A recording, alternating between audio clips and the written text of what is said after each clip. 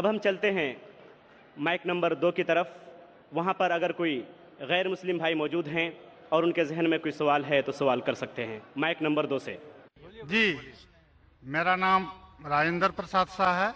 मैं अररिया जिला के कुरसाकाटा गांव का रहने वाला हूं और मैं धर्म से अगर पूछिए तो मैं न हिंदू हूं न मुसलमान हूं, मैं आनंद मार्गी हूं। मैं भागवत धर्म को मानता हूं। इसलिए आजन मेरे मन में एक शंका है, जहां गीता कहती है धर्म संस्थापनार्थाय संभवामि जुगे जुगे, और मुसलमानों से सुनता हूं तो मोहम्मद इज द लास्ट पैगंबर। मेरा शक है कि परमात्मा अल्लाह की सृष्टि इनफिनाइट वेव्स में चल रहे हैं, तो इनफिनाइट समस्याएं आगे आएंगी। तो हुआ मोहम्मद द लास्ट पैगंबर। अगर ये सही है तो गीता का यह, कृष्ण का यह घोषणा संभवामि जुगे जुगे क्या गलत है? भाई साहब ने एक अच्छा सवाल पूछा है। उन्होंने हवाले था भगवत गीता का, जिसमें कृष्ण कहते हैं, उन्होंने कहा संस्कृत में तर्जुमा नहीं किया। श्री कृष्ण कहते हैं कि जब भी इस धरती पे जुल्म होगा तो उस वक्त भगवान एक पैगंबर को भेजेंगे और हर दौर में एक पैगंबर आएगा। संभवान योगी होगे, हर युग में आएगा। तो भाई का सवाल है, क्या कृष्ण गलत है? आप मुसलमान क्यों कहते हैं कि मोहम्मद सल्लल्लाहु अलैहि वसल्लम आखिरी पैगंबर है?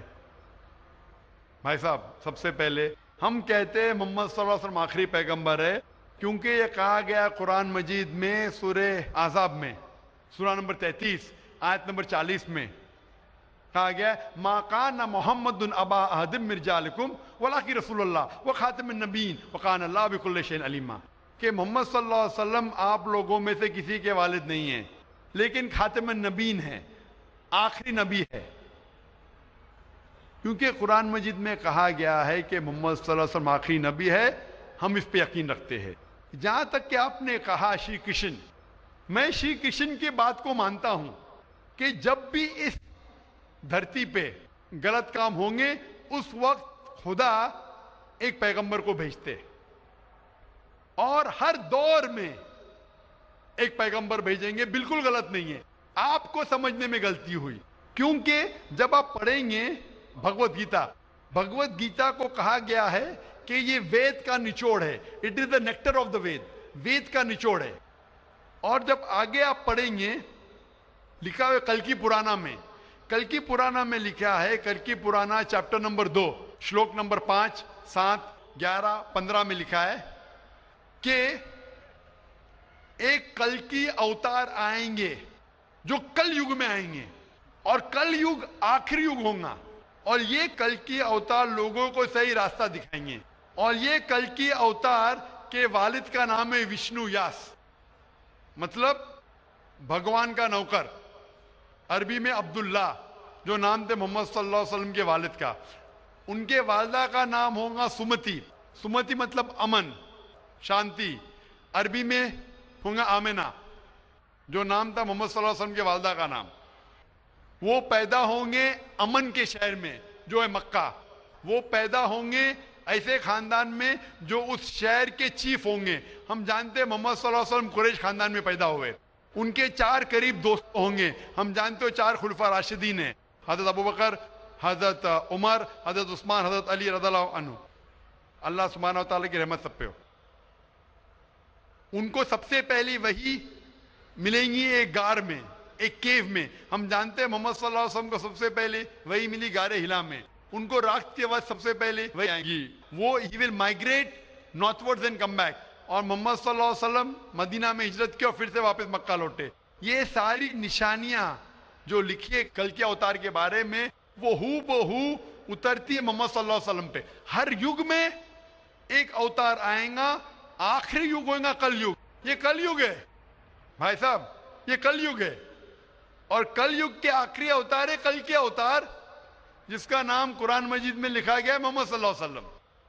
तो ये जो आपकी भगवत गीता में लिखा है, मेरे हिसाब से सही लिखा हुआ है कि हर युग में एक अवतार आएगा। और आखिरी युग है लिखा हुआ है कल की पुराना में वो कल युग है, और कल युग क्या अवतार है, कल की अवतार। तो आप सबको जोड़ेंगे तो पता लगता है कि आपके वेद में भी कई निशानी है मोहम्मद सल्लल्लाहु अलैहि वसल्लम की, कई बार मोहम्मद सल्लल्लाहु अलैहि वसल्लम का जिक्र है। कम से कम 100 हवाले तो मैं देख सकता हूं जिसमें मोहम्मद सल्लल्लाहु अलैहि वसल्लम का जिक्र है। अगर आप पढ़ेंगे भविष्य पुराना पर्व 3 खंड 3 अध्याय 3 श्लोका 5 से 8, उसमें कहा गया है कि मोहम्मद सल्लल्लाहु अलैहि वसल्लम आएंगे और वो एक फॉरेनर रहेंगे और वो डेजर्ट से आएंगे। लिखा है भविष्य पुराना में पर्व 3 खंड 3 अध्याय 3 श्लोका 10 से 27 में मोहम्मद सल्लल्लाहु अलैहि वसल्लम का जिक्र है। अगर आप पढ़ेंगे कुंटप सुक्तास अथर्ववेद किताब नंबर 20 चैप्टर नंबर 127 श्लोक नंबर 1 से 14, उसमें मोहम्मद सल्लल्लाहु अलैहि वसल्लम का जिक्र है। मोहम्मद सल्लल्लाहु अलैहि वसल्लम का जिक्र कई जगह वेद के अंदर है, कई जगह पुराना में है। तो अगर आप भगवत गीता को लेते हैं, पुराना को लेते हैं, कल की पुराना को लेते हैं और एक मानते हैं, तो सारे ये श्लोका कह रहे हैं कि आखिरी पैगंबर आने वाले मोहम्मद सल्लल्लाहु अलैहि वसल्लम है और हमें मोहम्मद सल्लल्लाहु अलैहि वसल्लम मानना चाहिए। भाई साहब जी भगवत गीता मानते हैं आप? देखिए, मैं मानता किसी को नहीं हूँ। मैं तर्क के बौद्धिक स्तर पर जो मेरा लॉजिक एक्सेप्ट करता है उसी को मैं मानता हूँ। लेकिन आपने भगवत गीता का हवाला दिए क्या? नहीं, मानने का मतलब वो आंख बंद कर मानना, मैं आंख खोल कर मानता हूँ। तो आंख खोल के आप मानते क्या नहीं भगवत गीता को? बिल्कुल मानता हूँ। जो तो मानने भगवत लायक गीता मानता में लिखा है जो आने वाले आखिरी अवतार, जो पुराण कल की पुराना में लिखा हुआ है कल की अवतार, उसमें मानते हैं आप?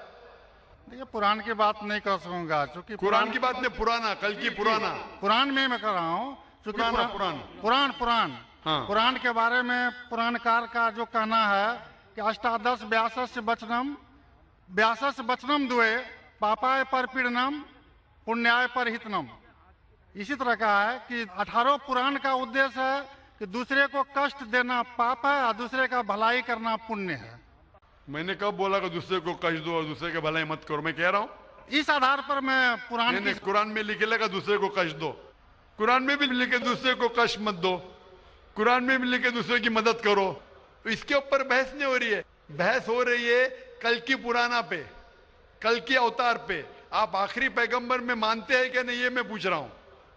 मुझे कल की पुराण का अध्ययन नहीं है, कल की पुराण का अध्ययन नहीं है डॉक्टर साहब, मुझे कल की पुराण का अध्ययन नहीं है। तो आप अगर बुद्धि के ऊपर आप मानते हैं तो मेरी ये आपसे इल्तिजा रहेंगी कि कल की पुराना पढ़ो और ये जांच पड़ताल करो कि कल की अवतार कौन है और कल के अवतार की तहकीक करो।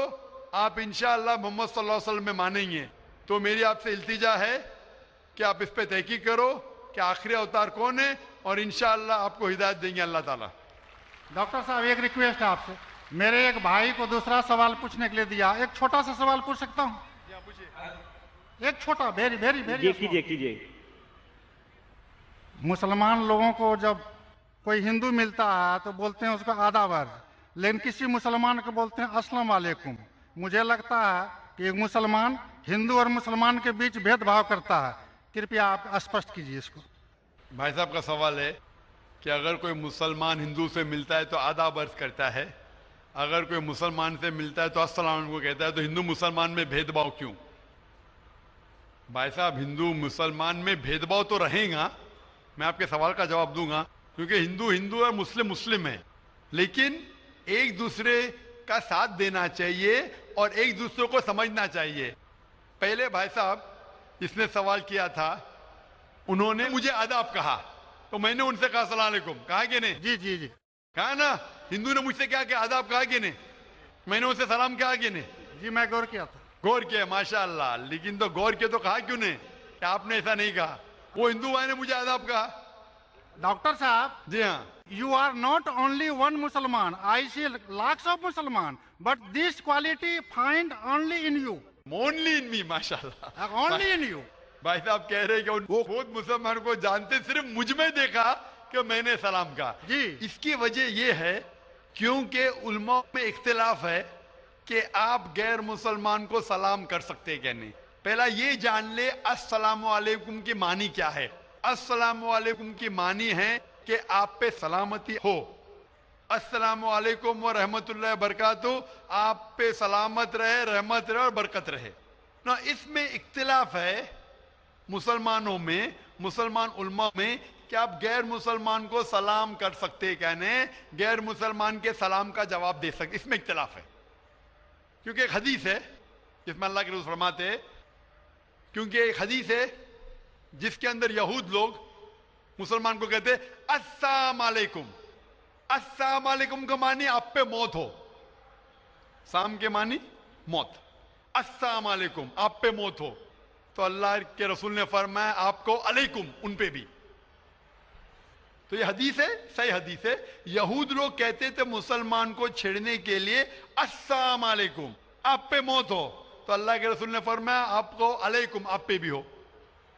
तो इसकी वजह से इख्तिलाफ, और कई हदीसें हैं, मैं ज्यादा बहस में नहीं जाना चाहूंगा, लेकिन यह कहना चाहूंगा कि कुछ उलमा ये भी कहते हैं कि आप अस्सलाम वालेकुम कह सकते, क्योंकि कुरान मजीद की एक आयत है सूरह निसा में, सूरह नंबर 4 आयत नंबर 86 इसमें कहा है, अगर कोई आपको ग्रीट करता है, अगर कोई ग्रीट करता है तो आप और बेहतरीन तरीके से ग्रीट करो।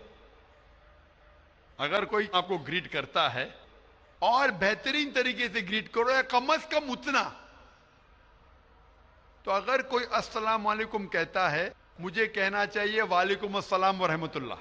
अगर कोई कहता है अस्सलाम वालेकुम व रहमतुल्लाह, मुझे कहना चाहिए वालेकुम अस्सलाम व रहमतुल्लाह बरकातहू, या कम से कम उतना, ये जरूरी है।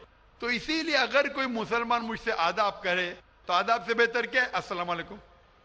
और अल्लाह के रसूल के लिए कहा गया, मोहम्मद सल्लल्लाहु अलैहि वसल्लम के लिए, अल्लाह फरमाते हैं, जो मैंने तकरीर में बयान किया सूरह अंबिया में, सूरह नंबर 21 आयत नंबर 107 में, वमा अरसलना का इल्ला रहमतुल आलमीन, कि हमने मोहम्मद सल्लल्लाहु अलैहि वसल्लम को नहीं भेजा लेकिन रहमत बना के सारे इंसानों के लिए, सारे आलम के लिए। तो जब मोहम्मद सल्लल्लाहु अलैहि वसल्लम सारे इंसानों के लिए रहमत बन सकते, तो क्या मैं अस्सलाम वालेकुम रहमतुल्लाह नहीं कह सकता हूं? तो इस बुनियाद पे उलमा का इख्तिलाफ है कि अस्सलाम कह सकते हैं। कहने मैं उन उलमा में मानता हूं जो कहते हैं कि आप गैर मुसलमान को सलाम कह सकते और जवाब भी बेहतरीन दे सकते। इसीलिए जब भाई साहब ने कहा अदब, तो मैंने कहा अस्सलाम वालेकुम, कि मेरे हिसाब से अस्सलाम वालेकुम और बेहतर है, आदाब से बेहतर है अस्सलाम वालेकुम, कि आप पे सलामती हो, रहमत हो और बरकत हो। तो भाई साहब मेरे नजदीक गैर मुसलमान के लिए सलामती चाहना अच्छी चीज है, और इसीलिए मैं आपके लिए सलामत चाहता हूं भाई साहब। भाई साहब ये lot of thanks to you sir. मैं सलामत चाहता हूं, और लेकिन सिर्फ मुंह से नहीं, मैं चाहता हूं अमल से आप सलामती पाओ। इसीलिए मैं कहता हूं कि तहकीक करो कल के अवतार के बारे में, आखिरी पैगंबर के बारे में, मोहम्मद सल्लल्लाहु अलैहि वसल्लम के बारे में, तो आपको सलामती इस दुनिया में रहेंगे और आखिरत में भी इंशाअल्लाह। अगला सवाल माइक नंबर 3 से, वहाँ पर अगर कोई गैर मुस्लिम भाई हैं तो वो सवाल कर सकते हैं। हाँ नमस्कार, मेरा सवाल ये है कि मैं दवाई दुकान है, और दवाई दुकान के बगल में मैंने दो तबके को आपस में लड़ते हुए देखा, जिसमें कि एक बरेलवी समाज और एक देवबंदी समाज था। तो बरेलवी कहते हैं कि देवबंदी लोग सही नहीं है और बरेलवी सही है, तो इसका बुनियाद क्या है, जड़ क्या है, मुझे उसकी जानकारी चाहिए। सवाल थोड़ा डिफिकल्ट है। भाई साहब ने कोई डिफिकल्ट सवाल कहा है, लेकिन जवाब बहुत आसान है। सवाल डिफिकल्ट है लेकिन जवाब आसान है, जिसके कारण आपका विरोध भी हुआ। मैं विरोध करो क्या नहीं, मैं इंशाल्लाह उसके ऊपर आऊंगा, आपके दूसरे सवाल पे भी आऊंगा। पहले सवाल का जवाब दो, फिर दूसरे सवाल पे आऊंगा इंशाल्लाह। भाई साहब का सवाल था कि वो दवा की दुकान में है और देखते हैं कि मुसलमान झगड़ रहे, एक देवबंदी एक बरेलवी है, इसमें से सही कौन है? दोनों बोलते हैं क्या मैं सही हूं और दूसरा गलत है। भाई साहब ये देवबंदी लफ्ज कहां से आया? जो देवबंद से फारिग होते देवबंदी कहते हैं, जो बरेली एक जगह है बरेली से फारिग होते तो बरेली कहते। कौन सही है? वो मुसलमान सही है जो कुरान पे अमल करता है, जो कुरान और सही हदीस पे अमल करता है। चाहे देवबंदी हो, बरेलवी हो, नदवी हो, मदनी हो, कोई भी हो, किधर से भी हो, हिंदुस्तानी हो, अमेरिकन हो, सऊदी हो, जो कुरान के पैगाम पे अमल करे, जो अल्लाह ने फरमाया उसके ऊपर अमल करे और अल्लाह के रसूल के सही हदीस पे अमल करे वो सही है। इसीलिए जानने के लिए कौन सही है, आपको कुरान मजीद तो तर्जुमे से पढ़ने पड़ेगा। अगर कुरान मजीद तर्जुमे से नहीं पढ़ेंगे तो मुश्किल है जानने के लिए कौन सही है कौन गलत है। तो मेरी तकरीर की बुनियाद थी ये। सवाल मुश्किल था, जवाब बहुत आसान है। जो कुरान पे अमल करे और अल्लाह के रसूल की सही हदीस पे अमल करे वो लोग सही है। आपका दूसरा सवाल, यही लोग ने आप पे तनकीद की। भाई साहब, हाँ, दूसरा सवाल मेरा सुन लीजिए। भाई साहब मेरा जवाब तो पहला सुनो ना। आपने बोले कि लोग तनकीद करते हैं। एक उसूल है कि जो भी मशहूर है उसके ऊपर लोग तनकीद करेंगे। दुनिया में सबसे बेहतरीन इंसान कौन, दुनिया में सबसे मशहूर इंसान कौन, आदम अलैहिस्सलाम से लेके आज तक के हिस्ट्री में सब मानते हैं कि सबसे बेहतरीन इंसान मोहम्मद सल्लल्लाहु अलैहि वसल्लम है। ना ही मुसलमान, गैर मुसलमान भी कहते हैं। अगर आप किताब पढ़ेंगे माइकल एच हार्ट की 100 most influential people in history, 100 सबसे ज्यादा इन्फ्लुएंशियल दुनिया में, नंबर 1 पे वो कहते हैं मोहम्मद सल्लल्लाहु अलैहि वसल्लम। आप जानते हैं सबसे ज्यादा किताबें अगर कोई इंसान के खिलाफ लिखी गई है वो मोहम्मद सल्लल्लाहु अलैहि वसल्लम। मोहम्मद सल्लल्लाहु अलैहि वसल्लम जैसे नेक आदमी, अच्छे आदमी के बारे में लोग ने सैकड़ों हजारों किताब लिखी है। तो मैं तो नाचीज हूं, मैं तो मुकाबले में हुई ना उनके। और लोग खिलाफ कब लिखते, मिसाल के तौर पर मोहम्मद सल्लल्लाहु अलैहि वसल्लम जब पैगाम पहुंचा है अपना, तो उस वक्त कई लोग थे जिनके जाती जिंदगी पे फौरन असर होने लगा, जाती जिंदगी पे असर होने लगा। कुछ लोग की जिंदगी सुधर गई, इन लोग तो माशाअल्लाह ईमान लेके आए। कुछ लोग का जो कर रहे थे उनका नुकसान होने लगा, जो लोग कुरान की बात नहीं मान रहे थे उनका नुकसान होने लगा। तो जो लोग का नुकसान होने लगा वो लोग खिलाफ बात करने लगे। तो आप देखेंगे जो भी मशहूर इंसान है, मैं नहीं कहता हूं मैं मशहूर हूं, मैं तो बात करना भी नहीं जानता था, बचपन से हकलाता था। बात करते करते अल्लाह के राह में दावत देने की वजह से अल्लाह ताला ने इस मकाम पे पहुंचाया। ना ही मैं अपने आप को आलिम कहता हूं, मैं तो तालिब इल्म कहता हूं अपने आप को। लेकिन क्योंकि मैं जो भी बात कहता हूं कुरान मजीद के हवाले से कहता हूं, जो भी बात कहता हूं हदीस का हवाला देता हूं। आज भी जो तकरीर में मैंने कहा हवाला दिया ना, मैं इंसान हूं, गलती कर सकता हूं, गलत है तो आप आके बोल सकते हैं। जाकिर भाई आपने जो हवाला दिया सूरह कमर का सूरा नंबर 54 आयत नंबर 17, 22, 32, 40 में नहीं लिखा है वलक़द यस्सरनल कुरान ज़िक्र फ़हल मिन मुद्दकिर, आके बोलो। तो मैं इंसान हूं, गलती कर सकता हूं, अगर कुछ गलत कहता हूं इसीलिए सवाल जवाब का सेशन होता है। लेकिन जो लोग मुझे गलत साबित नहीं कर सकते तो ढूंढते हैं कुछ चीज को पकड़े जिसको तोड़ मरोड़ के पेश करे, लोग के सामने मेरे बारे में गलतफहमी पेश करे। मैं जानता हूं कि यहाँ के ऑर्गेनाइजर ने कहा कि एक वीडियो क्लिप लोग आम कर रहे थे, जिसमें क्या है कि जाकिर भाई कहते हैं कि मोहम्मद सल्लल्लाहु अलैहि वसल्लम से मांगना हराम है, मोहम्मद सल्लल्लाहु अलैहि वसल्लम को मानना हराम है। अभी मैं जब कुरान को छोड़ के वेद से साबित कर रहा हूं मोहम्मद सल्लल्लाहु अलैहि वसल्लम को मानना चाहिए, तो क्या ये शख्स कह सकता है कि मोहम्मद सल्लल्लाहु अलैहि वसल्लम को मानना हराम है? इसमें दो चीज हो सकती है। ये वीडियो क्लिपिंग की रिकॉर्डिंग कभी पीस टीवी पे आई नहीं। जब मैं तकरीर करता हूं, बात करते हो, कोई भी रिकॉर्डिंग करते रहते। हो सकता है कि स्लिप ऑफ द टंग है, क्या के सबकत लिसान, या हो सकता है किसी ने तोड़ मरोड़ के पेश किया है। और तोड़ मरोड़ के पेश करना बहुत आसान है। मिसाल के तौर पर मैं आपसे पूछूंगा मुसलमान से कि जॉर्ज बुश कैसे इंसान है, उन्होंने कहा जॉर्ज बुश अच्छे इंसान नहीं है, मैं नहीं को काट दूंगा, लगेगा जॉर्ज बुश अच्छे इंसान है। उसको खुद को मैं दिखाऊंगा, आपने कहा नहीं नहीं, हो सकता है सबकत लिसान है, हो सकता है स्लिप ऑफ द टंग। वो स्लिप ऑफ द टंग नहीं है, उसने कहा कि अच्छे इंसान नहीं है, नहीं को काटा जोड़ दिया अच्छे इंसान है। तब समझ रहे, बहुत आसान है। Media technology. तो इस तरीके से कई क्लिपिंग फ्लोट हो रहे मार्केट के अंदर कि जाकिर भाई बिन लादेन का साथ दे रहे। अरे कब साथ दिया? आप YouTube पे जाएंगे तो आपको क्लिपिंग मिलेंगी, जाकिर मस्जिद से जूते चोरी कर रहा है। जाकिर मस्जिद से जूते चोरी कर रहा है।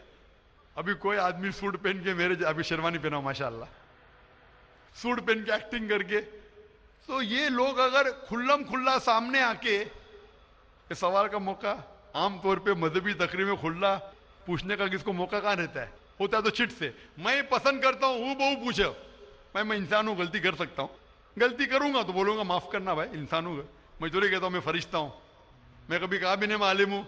अगर मेरे तकरीर में कुछ गलती है तो आप आके बोल सकते हैं जाकिर भाई आप जो कुरान का हवाला दिए गलत है, ऐसे मानी नहीं। अगर सही होगा तो मैं कहूंगा भाई सही, आपको गलत फहमी है। अगर मैं गलत पे हूं तो बोलूंगा गलती है, माफी चाहूंगा। लेकिन ये वीडियो क्लिपिंग तोड़ मरोड़ करके पेश करना, उसी तरीके से मोहम्मद सल्लल्लाहु अलैहि वसल्लम के खिलाफ हजारों किताबें हैं, हजारों किताबें हैं उनके खिलाफ। तो मैं कोशिश कर रहा हूं कि अल्लाह सुब्हान ताला का पैगाम पेश करूं, लोगों को कुरान के करीब लेके आऊं, सही हदीस के करीब लेके आऊं। जो लोग चाहते हैं कि इंसान कुरान के करीब ना आए, सही हदीस के करीब नहीं आए, तो वो लोग ऐसे हरकत कर रहे हैं। इसीलिए माशाअल्लाह माशाअल्लाह क्या हो रहा है कि लोग मेरी तकरीर सुन के अल्हम्दुलिल्लाह इस नाचीज के जरिए हजारों लोग, लाखों लोग कुरान मजीद के करीब आ रहे हैं। वो लोग जिनको पसंद नहीं है कि मुसलमान कुरान के और करीब आए, सही हदीस के करीब आए, वो लोग को परेशानी हो रही है और वो लोग तोड़ मरोड़ के पेश कर रहे मीडिया में।